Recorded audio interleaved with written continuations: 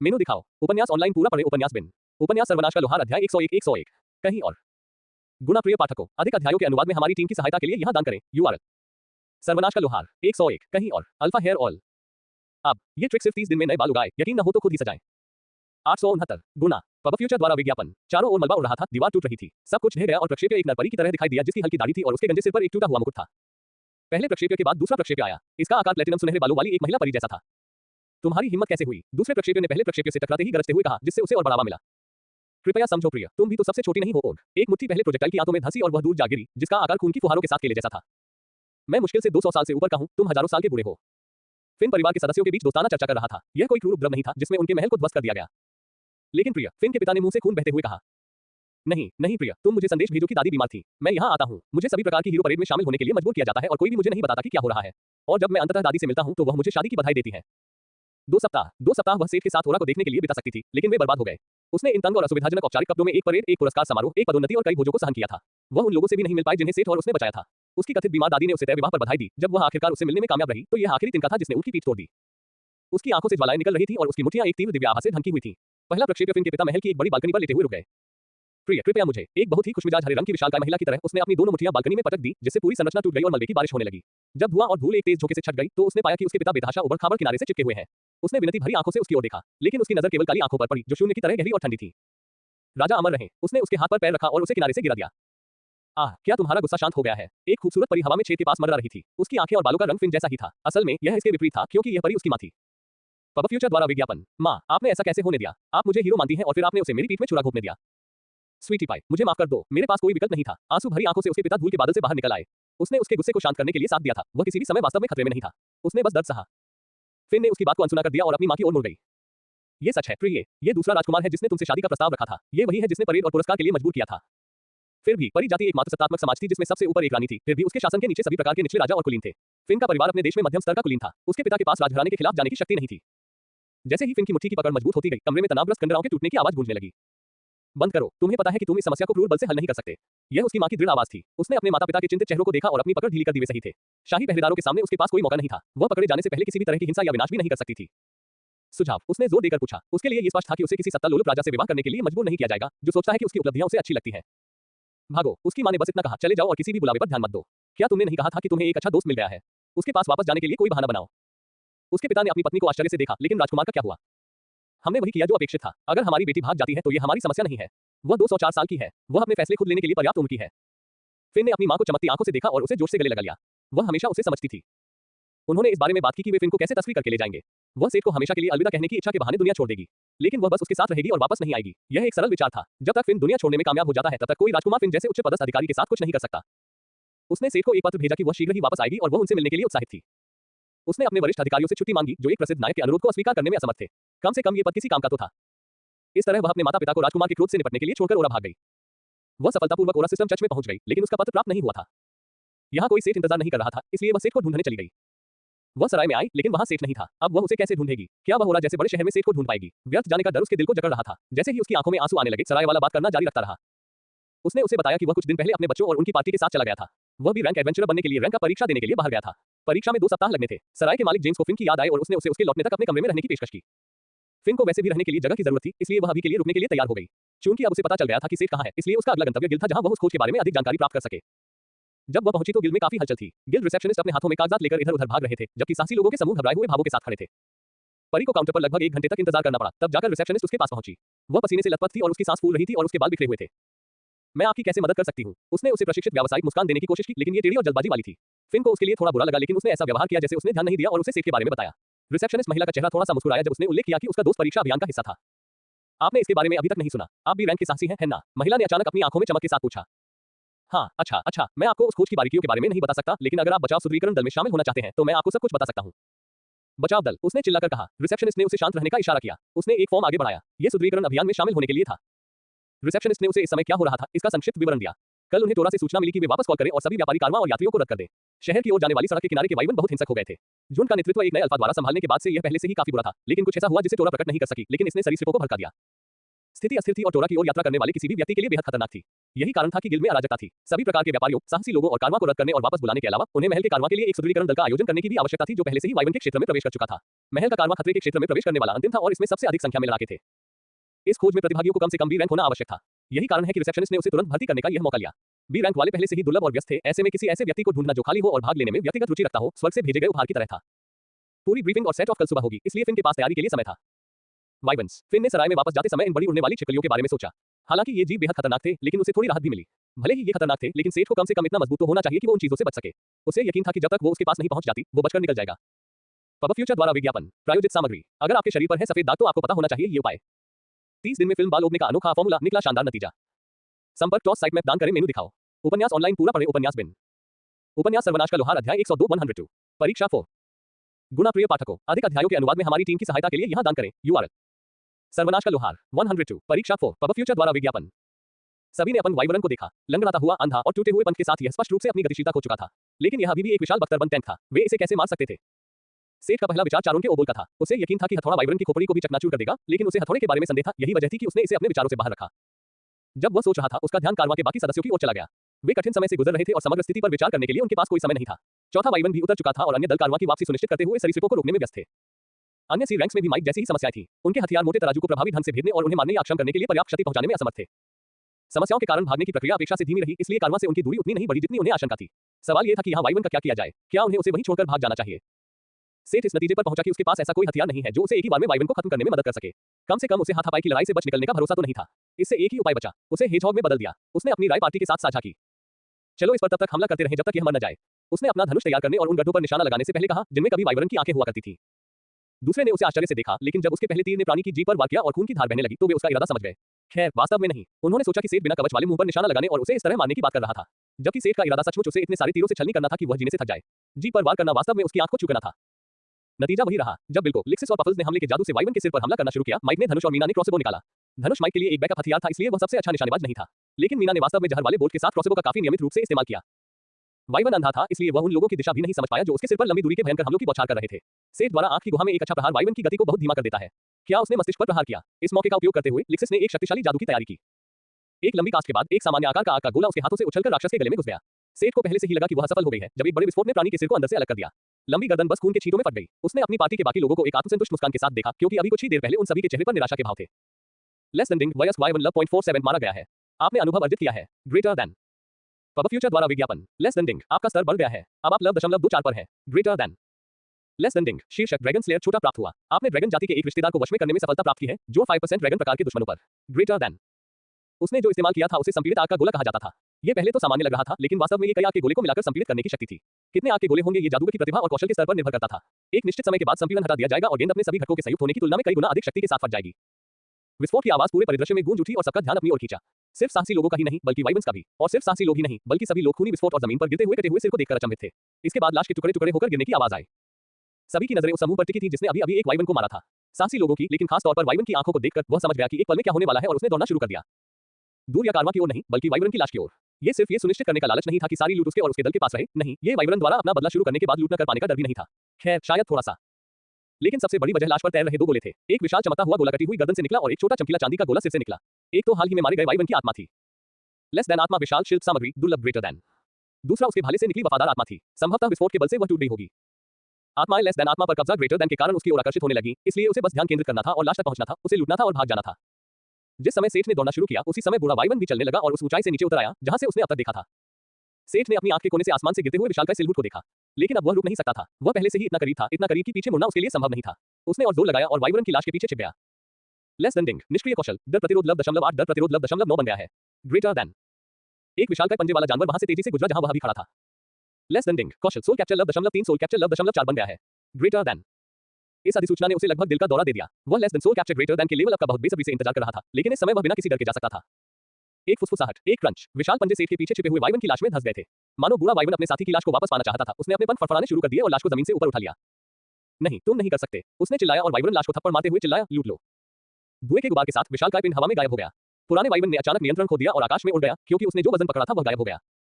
सेठ के पास लूट का माल देखने का समय नहीं था। इसके बजाय वह जल्दी से भागकर कारवां के बाकी हिस्सों की ओर भागा, खास तौर पर कारवां के सबसे ऊपरी हिस्से की ओर, जहां ए रैंक और बी रैंक की पार्टियां अभी भी स्थिति पर नजर रख रही थी। उसके दल के बाकी लोग न केवल उसे देख रहे थे, बल्कि वे वास्तव में इस समय कारवां तक पहुंच चुके थे। स्थिति तेजी से बदल रही थी क्योंकि वे वाइवन जो अन्य साहसी लोगों को व्यस्त रखे हुए थे, वे भी हवा में उड़ गए। वे चक्कर लगाने लगे और सेठ के दल पर ध्यान केंद्रित करने लगे। सेठ को खुशी थी कि उसने कम से कम एक बार अपनी चपलता को बढ़ाने का फैसला किया था। उसने कई बार गोता लगाने से बचते हुए अपनी पार्टी और कारवां को पकड़ लिया। सिर, हमें कारवां के शीर्ष पर पहुंचना है। भले ही हम परीक्षा में असफल हो जाएं, कम से कम हम बच तो जाएंगे। सभी ने सिर हिलाया और अपनी सारी ऊर्जा वैगनों और साहसी लोगों की बाकी कतार से आगे निकलने में लगा दी जो अभी भी स्तब्ध थे। यह अच्छी बात थी कि वाइवन अब बदला लेने के लिए बाहर थे, नहीं तो ये लोग मर चुके होते। कारवां ने आगे बढ़ना कभी बंद नहीं किया, लेकिन फिर भी वह दल परीक्षकों और डॉक्टरों की गाड़ियों के साथ आगे पहुंचने में कामयाब रहा। दूसरे ने पहले तो अपनी गति धीमी कर ली, लेकिन जब उन्होंने देखा कि सेठ वास्तव में गाड़ियों से आगे निकल गया है, तो उन्होंने फिर से अपनी गति बढ़ा दी। क्या मजबूत साहसी लोग मदद कर सकते थे? शायद, लेकिन मदद से भी बेहतर क्या था? सुरक्षा। उसने सीधे घाटी में भागने का फैसला किया था, जहां वाइवन प्रवेश नहीं कर सकते थे। इस समय कारवां की परवाह किसे थी? किसी को नहीं। यहां तक कि चिपकलियों ने भी उनकी अनदेखी की। वे उसे और उसके दल का शिकार करने में व्यस्त थे। मीना और बाकी लोग सेठ के पीछे पीछे घाटी में चले गए। इस संकरी खाई के नीचे खड़ी चट्टानों की दीवारों से घिरे होने के कारण उन्होंने राहत की सांस ली। इसके बाद एक डर का माहौल पैदा हो गया जब वाइवन उनके ऊपर घाटी के किनारे पर उतरे और उन्हें मारने के लिए तंग जगह में रेंगने की कोशिश करते रहे। सेठ ने बोनो के आश्रय के लिए अच्छी तरह से बनाए गए प्रवेश द्वार से होते हुए दूसरी तरफ निकास द्वार के करीब पहुंचा। वाइवन पागलों के झुंड की तरह उनका पीछा कर रहा था, जिसकी आंखें लाल थीं। सेठ ने जब पार्टी को यहाँ लाया था तो उसने केवल अपनी सुरक्षा के बारे में सोचा था, लेकिन अब उसके पास एक बेहतर विचार था। अगर हम यहाँ रहेंगे तो वाइवन भी यही रहेगा। जब तक वे पूरी तरह से हम पर ध्यान केंद्रित करेंगे, कारवां सुरक्षित स्थान पर पहुंच सकता है। यह एक बढ़िया बहाना है, उसने मीना और अन्य लोगों को समझाया। बहाना वाकई काम कर गया। जबकि बीट्स उन्हें अपनी नजरों से मारने की कोशिश करते रहे, उनकी कंपनी के बाकी लोग सुरक्षित रूप से चेक पॉइंट में प्रवेश करने में सक्षम थे। आखिरी गाड़ी के बाद जो वाइवन द्वारा कुचली गई नहीं थी, गुफा में प्रवेश किया, वे भी उसके पीछे अंधेरी गुफा की सुरक्षा में चले गए। पब फ्यूचर द्वारा विज्ञापन, प्रायोजित सामग्री, मधुमेह को हराएं स्वस्थ जीवन के लिए समग्र समाधान। घुटने के दर्द से पीड़ित लोगों को ये पढ़ना चाहिए। संपर्क टॉस साइट में दान करें, मेनू दिखाओ। उपन्यास ऑनलाइन पूरा पढ़ें, उपन्यास बिन। उपन्यास सर्वनाश का लोहार, अध्याय 103 चेक पॉइंट। गुना प्रिय पाठकों, अधिक अध्यायों के अनुवाद में हमारी टीम की सहायता के लिए यहां दान करें। URL सर्वनाश का लोहार 103 check point ads by pub future. होरा में 27 बी रैंक एडवेंचरर्स की एक कंपनी रवाना होने के लिए तैयार थी। वे 4 पार्टी और 6 व्यक्तिगत एडवेंचरर्स थे जिन्होंने कॉल का जवाब दिया था और बचाव मिशन पर गए थे। एक प्राथमिक नियोक्ता वास्तव में शहर नहीं था, बल्कि पैलेस मर्चेंट गिल्ड था। चोरा और ओरा के शहर केवल खोज के द्वितीय प्रायोजक थे। पार्टी का नेतृत्व बूढ़ा जादूगर वेंचुरी कर रहा था। वह वाइस गिल्ड मास्टर और भूतपूर्व रैंक एडवेंचरर था। जादुई ढालों और संरचनाओं से जगमगाते नीले रंग के लबादे में लिपटा उसका आसन सीधा था और वह अपनी उम्र के हिसाब से काफी फिट दिख रहा था। वह एक युवा की तरह कुशलता से अपने घोड़े पर सवार था। पूरे दल को शहर के स्वामी ने विशेष घोड़े उधार दिए थे। साधारण घोड़े नहीं, बल्कि विशेष रूप से तेज गति से लंबी दूरी की यात्रा के लिए पाले गए जीव। लड़ाई में उनका कोई खास उपयोग नहीं था, लेकिन वे दल को कारवां से आगे निकलने और एक दिन के भीतर वाइवन क्षेत्र तक पहुंचने में सक्षम बनाते थे। वेंचुरी ने काठी बांधने और चलने का संकेत देने से पहले एक बार फिर से उनके काम के बारे में संक्षेप में बताया। चूंकि फिन के पास घोड़े को संभालने के लिए पर्याप्त शारीरिक क्षमता नहीं थी, इसलिए वह समूह के शीर्ष पर वाइस गिल्ड मास्टर के कंधे पर बैठ गई। अगर कुछ भी गलत नहीं हुआ तो वाइवन क्षेत्र तक पहुंचने में एक दिन लगेगा। अगर वे अपने शेड्यूल का पालन करते हैं तो कारवां तक पहुंचने में आधा दिन लगेगा। सेठ, मैं आ रही हूं, उसने सोचा जब घोड़े कारवां के पीछे भागे। Check point. वे एक विशाल हॉल में दाखिल हुए जो एक विशाल चट्टान पर बना हुआ था। ऊंची छत पर मेरे विशाल स्तंभ थे जो कलात्मक नक्काशी से ढके हुए थे। दीवारों पर मशालों की तरह लगे जादुई लालटेन एक सुखदायक तटस्थ प्रकाश बिखेरते हैं। कुछ जगहों पर फर्श टाइलों की तरह चिकना था, लेकिन ज्यादातर जगहों पर ये यात्रियों और घोड़ों की लगातार धारा के कारण घिस गया था जो मौसम और वाइवन से बचने के लिए इस जगह में घुसे थे। अंदर घुसना एक झिल्ली के माध्यम से कदम रखने जैसा महसूस हुआ क्योंकि प्रवेश द्वार वास्तव में इन पहाड़ों में रहने वाले अन्य राक्षसों के प्रवेश द्वार को बंद कर दिया गया था। कारवां के लोग ही इस जगह पर नहीं पहुंचे थे। कारवां के लोगों, गाड़ियों और जानवरों में सेठ को कुछ अपरिचित चेहरे भी दिखाई दे रहे थे। कई लोगों की नजरें उन पर टिकी हुई थी और वे उनके बारे में बात कर रहे थे। सभी ने उन्हें वाइवन को मारते हुए नहीं देखा था, लेकिन जल्द ही सभी को पक्का पता चल जाएगा। लेकिन वह लोगों के बीच फेरी वालों के एक छोटे समूह के बारे में बातचीत के कुछ अंश भी सुन सकता था जो उनसे पहले आ गए थे। उसके पास ज्यादा समय नहीं था क्योंकि एक साहसी व्यक्ति उसके और उसके दल के पास आया। उन्हें परीक्षकों और कारवां नेता ने बुलाया था। जैसा कि नाम से ही पता चलता है, कारवां नेता वह व्यक्ति था जिसे कारवां के भीतर हर चीज को व्यवस्थित करने का काम सौंपा गया था। देरी, क्षति, पीड़ित, अगर कुछ भी गलत हुआ तो यह उसकी जिम्मेदारी थी। तुमने सच में ऐसा किया है? पांचों को कोने से एक उत्तेजित आवाज सुनाई दी। वे गाड़ी के पास से गुजरे और व्यापारियों के एक समूह को देखा जिसमें सबसे आगे नेता बैठा था और परीक्षकों और डॉक्टरों से बहस कर रहा था। अब वाइवन हमें अकेला नहीं छोड़ेंगे, चाहे कुछ भी हो जाए। आपके दलों में से एक ने वास्तव में उनमें से एक को मार डाला। कारवां का नेता एक तंदुरुस्त बूढ़ा आदमी था। उसकी मूंछें बड़ी थी और वह अपनी मांसपेशियों और चमड़े की पोशाक के साथ एक व्यापारी से ज्यादा एक साहसी व्यक्ति की तरह दिख रहा था। दूसरी ओर ए रैंक पार्टी का गंभीर नेता था जो चुपचाप कारवां नेता को कुछ भाप छोड़ते हुए देख रहा था। आह, तुम वहां हो, उसने उनके आगमन को नोटिस करने के बाद कहा। वह उनके पास गया और अपने पीछे उबलते हुए आदमी को अनदेखा कर दिया। पब फ्यूचर द्वारा विज्ञापन, आपने अच्छा किया। एक वाइवन को मारना भी रैंक पार्टी के लिए भी आसान काम नहीं है। उन्होंने उनकी उपलब्धि को स्वीकार किया। हम बड़ी मुश्किल से अपनी जान बचा पाए, माइक ने शर्मिंदगी से जवाब दिया। वह तो तुमने किया, यद्यपि तुम्हारा काम सराहनीय था, लेकिन वह सबसे चतुराईपूर्ण नहीं था। उसे मारना पहले से ही सबसे चतुराईपूर्ण कदम नहीं था। यह एक बहुत बड़ा उकसावा था, लेकिन जब बुजुर्ग ने लाश को वापस लाने की कोशिश की तो उसे लूटना। तुम्हें उसे लूटने की क्या जरूरत थी? पार्टी की निगाहें एकमत होकर सेठ की और प्रश्नवाचक दृष्टि से घूम गईं। वह उन्हें यह नहीं बता सका कि उसे आत्माएं प्राप्त करनी थी। उसने लाश को लूटने का फैसला क्यों किया? लालच नहीं, वह साधारण सांसारिक लालच से अंधा नहीं था। निश्चित रूप से ऐसा नहीं था। ये कुछ उच्चतर था, एक महान उद्देश्य। यह उच्च गुणवत्ता वाली सामग्री के लिए एक शिल्पकार की इच्छा थी। हाँ, तो ये लालच था, निश्चित रूप से लालच। चिंता मत करो, मैं अब भी तुम्हें पसंद करता हूँ। तुम अंधे हो गए थे। लालच। जब उन्होंने अपने महान उद्देश्य को समझाने का प्रयास किया तो पूरी पार्टी और परीक्षक एकमत होकर सहमत हो गए। हाँ, सेठ ने थोड़ा उदास होकर स्वीकार किया। कम से कम मीना कुछ हद तक उसके पक्ष में थी। ठीक है, इसे एक सबक के रूप में लें और इसे सीखें। कम से कम आपने खुद को मारे जाने देने के बजाय एग्रो का उपयोग कुछ उत्पादक के लिए किया। अब आप जा सकते हैं, परीक्षक ने कहा और व्यापारियों के पास लौट आया। मैंने उन्हें यहाँ बुलाया है, आप उन्हें जाने के लिए क्यों कह रहे हैं?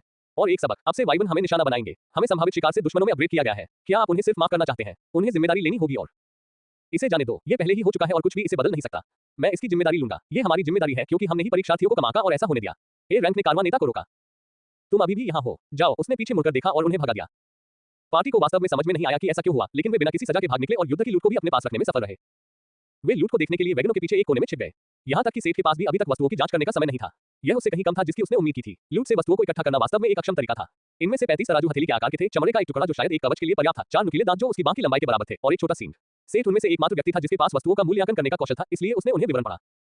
लेस देन वाइवन स्केल शिल्प सामग्री दुर्लभ। वाइवन का स्केल ड्रैगन जाति के एक रिश्तेदार के रूप में उनके स्केल में जादू और शारीरिक हमलों के खिलाफ एक उच्च प्रतिरोध है जो एक छोटे ड्रैगन के स्केल के बराबर है। Greater than. Less than wyvern fang शिल्प सामग्री दुर्लभ।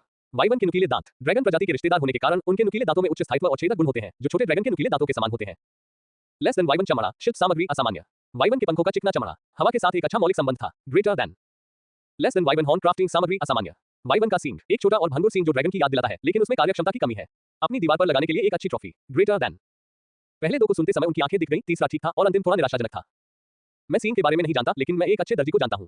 चमड़ा भी दुर्लभ हो सकता है। सेठ ने उन्हें आश्वस्त किया। आखिरकार एक चिकना चमड़ा लोहार के बजाय दर्जी के लिए अधिक उपयोगी हो सकता है। तो हम इसे कैसे बांटेंगे? मीना ने समूह में पूछा। सभी ने टीम लीडर माइक की ओर देखा। माइक ने बदले में सेठ को एक जटिल नजर से देखा। वे सभी जानते थे कि वह एक लड़ाकू लोहार था। उसके पास सामग्रियों का सबसे बड़ा उपयोग था, लेकिन वे उसे आसानी से नहीं दे सकते थे। सेठ माइक की अभिव्यक्ति पर मुस्कुराया। क्या होगा अगर मैं उन्हें अभी के लिए स्टोर कर लूं? हम तटस्थ मूल्यांकन के लिए नीलामी घर जाएंगे और मैं आपको उन चीजों के लिए भुगतान करूंगा जिनकी मुझे जरूरत है। सौदा। माइक राहत महसूस कर रहा था और सभी ने सहमति में सिर हिलाया।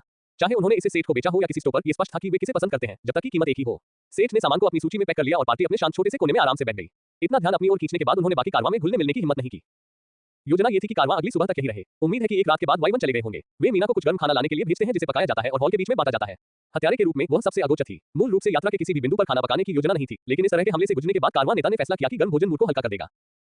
मीना गर्म सब्जी के बर्तन लेकर वापस आए। गर्म भोजन के बाद उन्होंने खुद को गर्म कंबल में लपेट लिया और सो गए। पब फ्यूचर द्वारा विज्ञापन प्रायोजित सामग्री 30 दिन में फिल्म बाल ओपने का अनोखा फॉर्मूला निकला शानदार नतीजा। घुटने के दर्द से पीड़ित लोगों को ये पढ़ना चाहिए। संपर्क टॉस साइट में दान करें मेनू दिखाओ। उपन्यास ऑनलाइन पूरा पढ़े उपन्यास बिन। उपन्यास सर्वनाश का लोहार अध्याय 104 उन्होंने क्या नहीं बताया।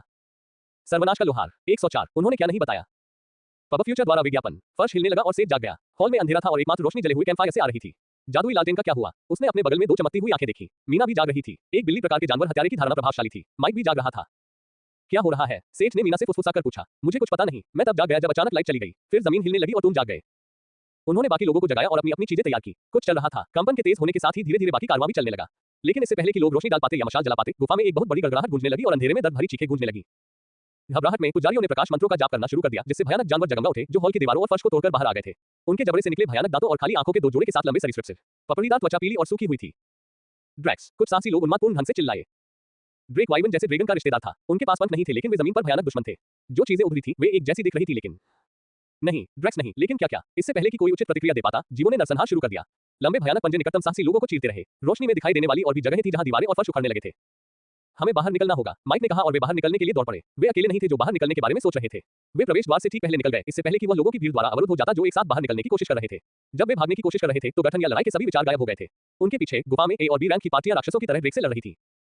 इससे पहले कि लोग गुफा से बाहर निकल पाते, एक जीव भीड़ में घुस गया, खून और जान दोनों को लूटने लगा, जिससे और भी ज्यादा अफरा-तफरी मच गई। कुछ लोग जो बाहर निकल आए, उन्होंने गुफा के बाहर एक समूह बनाया, लेकिन जब घबराई भीड़ बाहर निकली तो ये समूह टूट गया।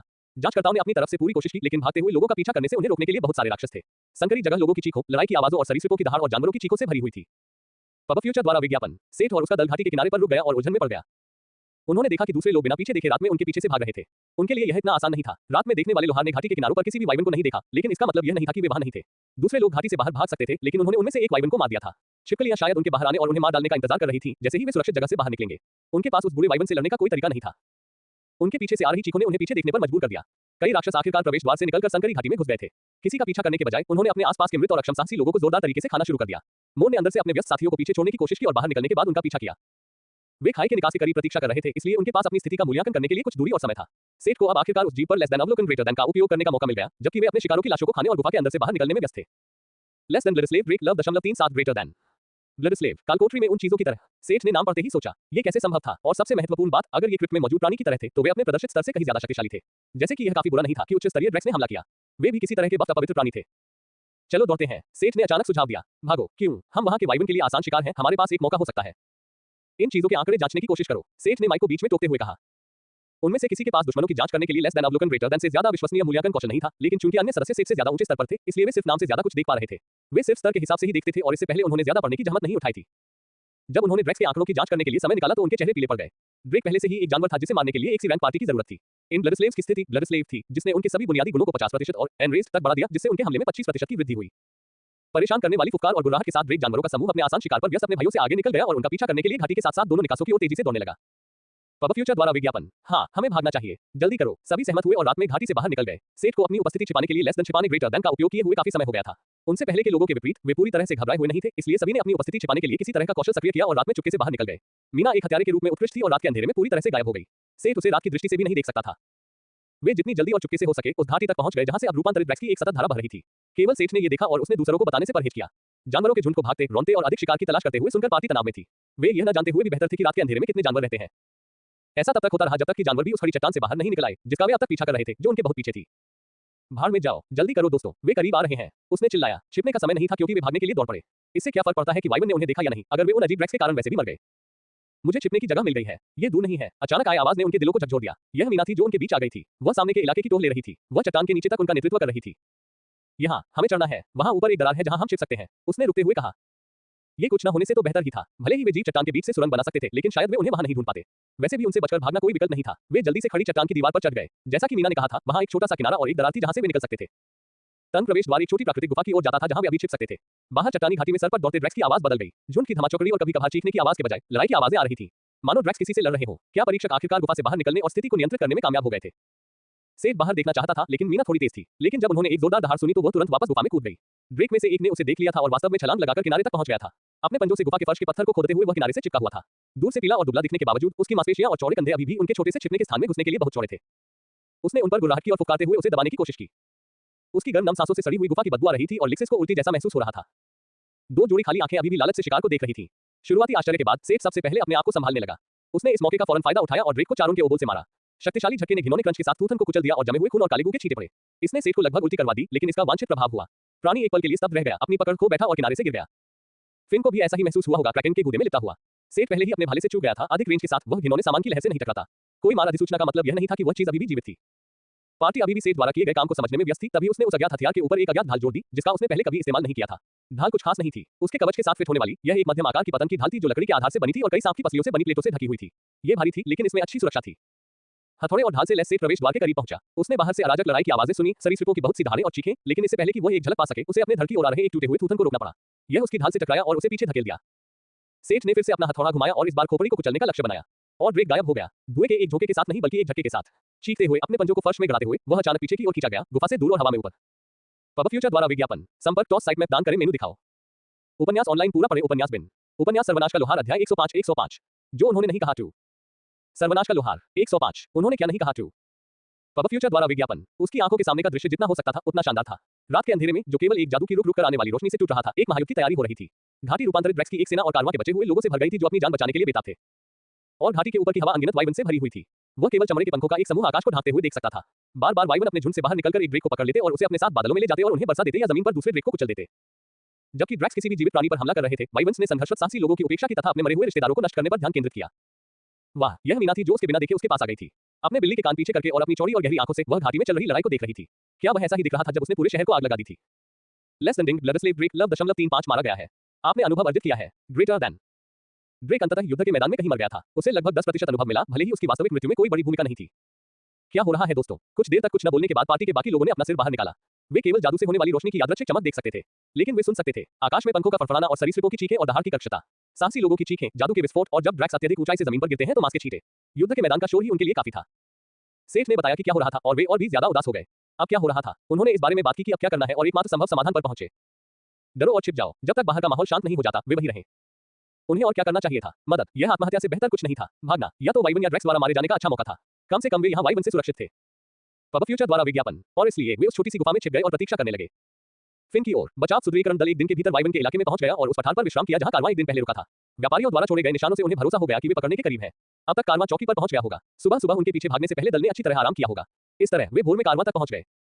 फिन बाहर से शांत दिख रही थी, लेकिन वह वास्तव में चिंतित थी। ये वाइवन के बारे में नहीं था। खैर, ये वाइवन के बारे में भी था, लेकिन क्या होगा अगर वाइवन को भड़काने वाली चीज उड़ने वाली छिपकलियों से भी ज्यादा खतरनाक हो? परी को उस रात नींद की झपकी लेने के लिए वास्तव में खुद पर शांत जादू करना पड़ा। वह जानती थी कि अगर कुछ हुआ तो मदद करने के लिए उसे अपने चरम पर होना होगा। छोटी गुफा। सोने का मौका न मिलने के कारण वे सभी थकने लगे थे। वे सभी गुफा के सबसे पीछे एक साथ इकट्ठे होकर प्रवेश द्वार की ओर देख रहे थे। युद्ध का शोर कम नहीं हुआ था, लेकिन लोगों के लड़ने, चीखने और जादू टोने की आवाजें बहुत पहले ही शांत हो चुकी थी। वहां केवल पंजों की खरोंच, पंखों का फड़फड़ाना और सरीसृपों की दहाड़ और फुफकारें ही रह गई थी। सेठ को एक फिल्म याद आ गई जिसमें उसने एक ग्रह के बारे में देखा था जो पूरी तरह से अंधेरे में डूबा हुआ था और जिसमें अजीबोगरीब राक्षसों का झुंड शिकार करने के लिए बाहर निकलता था। उसे ऐसा लग रहा था कि वह ऐसी ही किसी फिल्म का किरदार बन गया है। बाहर का अंधेरा उस जगह में घुसने वाले किसी भी व्यक्ति की मौत की गारंटी देता था। उसे इस बारे में कोई संदेह नहीं था। पिछले ड्रेक को एक वाइवरन द्वारा छीन लिए जाने के बाद कोई दूसरा ड्रेक अंदर घुसने की कोशिश नहीं कर रहा था, लेकिन वे सावधानी से प्रवेश द्वार पर नजर रख रहे थे। वे अपनी ऊर्जा बचाने के लिए बारी-बारी से पहरेदारी और आराम कर रहे थे। जब सुबह हुई तो बाहर की घाटी शांत हो गई, लेकिन वे अभी भी गुफा से बाहर निकलने की हिम्मत नहीं कर पाए। सेठ ने गुफा से बाहर झांका और पाया कि घाटी ड्रैक्स और कुछ मनुष्यों की लाशों से ढकी हुई थी। वहां कोई वाइवन नहीं था क्योंकि उन्होंने अपने मृतकों को बरामद किया था। अभी भी बहुत सारे ड्रैक्स और वाइवन लड़ रहे थे, लेकिन रात के समय की संख्या के मुकाबले ये संख्या बहुत कम थी। जब भोर की रोशनी चट्टान के किनारे से घाटी में पड़ी तो ड्रैक्स घबरा गए। सूरज की रोशनी पड़ने पर जीवित और मृत ड्रैक्स ने काला धुआं छोड़ना शुरू कर दिया। ड्रैक्स ने जो कुछ भी कर रहे थे उसे रोक दिया और उस घाटी की ओर भागे जहां से वे आए थे। वाइवन ने घबराए हुए दुश्मनों को मारने का मौका लिया। तभी उन्हें एक बार फिर युद्ध की आवाज सुनाई दी। वे समझ नहीं पाए कि क्या कहा गया था, लेकिन उन्होंने प्रक्षेपास्त्र और जादू की घाटी से बाहर निकलने और भागते हुए ड्रैक्स पर हमला करने से पहले मजबूत और नियंत्रित चिल्लाहट सुनी। पब फ्यूचर द्वारा विज्ञापन। वहां लोग हैं। सेठ ने दूसरों को जगाया। एक बार फिर वे प्रवेश द्वार पर इकट्ठे हुए और लड़ाई की ओर देखने लगे। इस बार साहसी लोगों की शक्तियां समन्वित थीं और उन्होंने ड्रैक्स की लहर को आसानी से परास्त कर दिया। घाटी के प्रवेश द्वार तक पहुंचने से पहले ही उनकी संख्या आधी हो गई थी। उन लोगों को छोड़कर जिन्हें वाइवन ने मार गिराया था। जो ड्रैक्स साहसी लोगों तक पहुंचे वे अग्रिमपंक्ति के लड़ाकों के हथियारों के नीचे मारे गए। पिछली रात और इस रात के बीच का अंतर रात और दिन जैसा था। हमें जाकर मदद करनी चाहिए, माइक ने कहा। घाटी को देखते हुए वहां कुछ ही लोग थे। ज्यादातर ड्रैक्स वापस वहीं लौटने की कोशिश कर रहे थे जहां से वे आए थे। अगर वे ड्रैक्स की पीठ पर गिरते तो शायद उन्हें कुछ आसान अनुभव मिल सकता था। अगर वे मदद के लिए बाहर आते तो ये बेहतर भी लगता, बजाय इसके कि वे किसी गुफा में छिपकर बचाए जाएं। वे अपने छिपने के स्थान से नीचे उतरे और तुरंत ही एक ड्रेक स्ट्रगल से युद्ध में शामिल हो गए जो घाटी की ओर भाग रहा था। एक अकेला ड्रेक पार्टी के लिए कोई बड़ी समस्या नहीं थी और वे जल्दी से उस पर काबू पाने में कामयाब रहे। तथ्य यह है कि यह धूप में पिघल रहा था, इससे भी मदद मिली। माइक ने उस जीव का सिर काट दिया और सेठ को इससे 8% अनुभव मिला। अगर वे इस आसानी से कुछ और मार सकते हैं तो यह अनुभव हासिल करने का एक अच्छा तरीका होगा। वे ड्रैक्स के बड़े समूह की ओर तेजी से बढ़े जो घाटी और अन्य छेदों में जाने के लिए भाग रहे थे जहां से वे आए थे। जब सेठ और पार्टी ने पीछे से ब्लड स्लेव्स पर हमला किया तब साहसी लोगों के समूह के सामने उनकी संख्या पहले से ही कम हो रही थी। सौभाग्य से या नहीं, ड्रेक की लाशें सूरज की रोशनी में तेजी से घुल गईं, इसलिए लाशों की कोई दीवार नहीं बन पाई। जाहिर है वे बस लड़ाई में कूद नहीं पड़े। उन्होंने लिक्सिस के संपीड़ित आग के गोले से लड़ाई शुरू की। गेंद भीड़ के बीच फट गई। ये जल गई और 5 या 6 ड्रैक्स को अपने प्रभाव बिंदु से दूर फेंक दिया जिससे एक बड़ा गड्ढा बन गया। वे ऐसा केवल इसलिए कर सकते थे क्योंकि उनके पास पहले से ही जादू करने के लिए पर्याप्त समय था। माइक, मीना और सेठ सबसे खराब हालत वाले लोगों को खत्म करने के लिए दौड़े। लेस देन डिंग ब्लड स्लेव ड्रेक लव 0.36 मारा गया है। आपने अनुभव अर्जित किया है। ग्रेटर देन लेस देन डिंग ब्लड स्लेव ड्रेक लव 0.35 मारा गया है। आपने अनुभव अर्जित किया है। ग्रेटर देन लेस देन डिंग आपने ब्लड स्लेव ड्रेक लव 0.35 को मार दिया है। आपने अनुभव अर्जित कर लिया है। ग्रेटर देन सेठ ने इस मौके का इस्तेमाल अपने अनुमान को सत्यापित करने के लिए किया। उसने अन्य दो को अपने लक्ष्यों को मारते हुए देखा और अपने अनुभव बार की जांच की। उसने दोनों के लिए क्रमशः 7% और 8% प्राप्त किया। उसने आखिरी को चारों के ओबोल से मार डाला और इसे उसे दूसरों की तुलना में आधे से भी कम मिला। सेठ के पास अपनी खोज पर खुश होने के लिए ज्यादा समय नहीं था क्योंकि उन्हें अपनी पार्टी में वापस भागना था, अन्यथा वे चारों ओर से घिर गए होते। घाटी की रक्षा कर रहे साहसी लोगों ने यह दिखाने के लिए जादू का संकेत दिया कि उन्होंने उन्हें देख लिया है, लेकिन वे ऐसी स्थिति में नहीं थे कि वे उनकी मदद कर सकें। विस्फोटक ओपनर के बाद पार्टी ने एक बार में एक या दो ड्रैक्स पर सुरक्षित रूप से हमला करने के लिए व्यवस्थित और स्थिर पार्टी खेल में वापसी की। सूरज ने उन पर जबरदस्त कमजोर प्रभाव डाला जिससे पार्टी का आत्मविश्वास बढ़ा। धीरे धीरे और स्थिरता से वे चट्टान के किनारे किनारे आगे बढ़ते गए और घाटी में अग्रिम पंक्ति के लड़ाकों के दल के करीब पहुंच गए। सब कुछ बढ़िया रहा। जल्द ही वे सुदृढ़ीकरण दल के पास पहुंच गए जब तक कि आकाश में रक्त विदारक गर्जना नहीं गूंज उठी। पब फ्यूचर द्वारा विज्ञापन। संपर्क टॉस साइट में दान करें।